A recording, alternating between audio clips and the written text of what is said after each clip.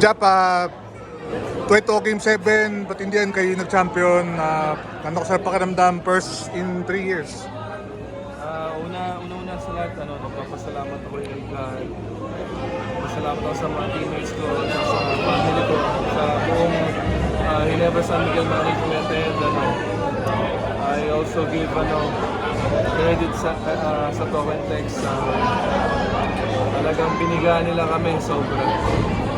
Isa to sa pinakamahirap na championship na napag-enroll namin. Congratulate sa amin. Congratulate sa Tokentex. Congratulate kay Coach Chot.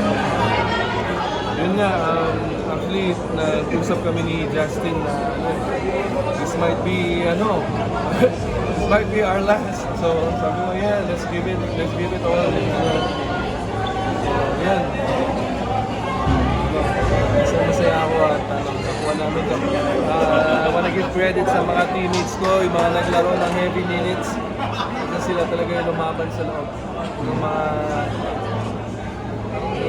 talaga lumaban. So, kami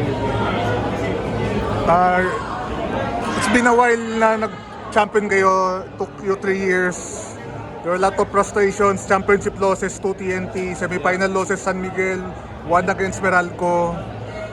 So, itong championship na to talagang marami kayong pinagdaanan bago nyo nakuha ulit ng championship. Yung mga previous championship namin talagang we felt like the odds is not in our favor.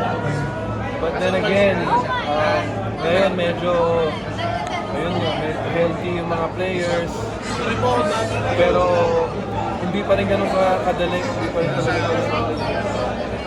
Tapos yung mga pinagdaanan namin, talagang nakabigay din ng experience sa amin. For the series, take us through yung paano yung naging game plan ninyo on guarding Chris Macollo, kasi pansin namin iba yung nakabantay kay JB, tapos either ikaw or si Troy yung nakatoka minsan kay Chris. Credit talaga sa series na to, talaga sa chess game talaga. Nakita nyo naman kung game 1, game 7, talagang nag-a-adjust bawat team. So, yan, sa series na yan, siyempre credit din kay Chris Macollo. We found ways sa mga namin sa defense namin. So, ayun, so lang talaga, laban lang talaga, adjust din kami. So, ayun, by game 7, yun, ready na yung bawat team sa kung ano mga adjustment. So, ayun, lang talaga, laban lang talaga. So, again, yung mga naglaro sa amin ng heavy minutes, yun talaga yung sa kanila talaga yung credit. So, Jap, itong conference na to, you started out with an injury.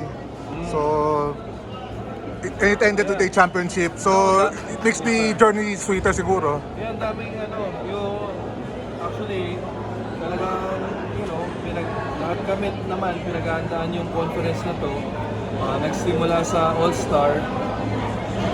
Yun, akala namin, I mean, hindi mo ma-avoid yung yung injury So, aksidente. So, ayun, tapos, tinry kong makakuha ng break para, kasi sunod-sunod muna, yung tuhod ko, tapos yung nangyari sa akin. Pero, despite that, talagang yung guys talaga, step up, parang next man up. So, wala ako ng 6 games, pero I think, nag-ended up kami second place. Second place, right? So, ayun, talaga, credit talaga sa mga guys, sa mga teammates ko. So, ayun. Ako, kung ano man maibigay ko, like, this series, coming off the bench, alam ko, limited minutes ako, so, gusto lang talaga magbigay ng quality minutes, maging solid sa loob. So, pero lahat ng talaga pagod, sa sakripisyo. sa mga teammates ko. Jap, parang mangiyak-ngiyak kayo. O baka napupuwing ka lang. Hindi, iba yung iba nung niyakap ako ni Justin kanina, iba. Tapos, ma-share ko lang nung nung call out, inano din niya ako, niyakap niya din ako. This might be, ayaw ako maging sentimental. This might be, our last jab. We're getting old, gano'n. So, sabi ko, yeah, let's give it all in the floor. Sabi ko, ayun lang, isa to sa pinakamahirap na championship na achieve namin. Sa buong 9 championship na ito yung isa sa pinakamahirap. Okay. Dapat nung nung retire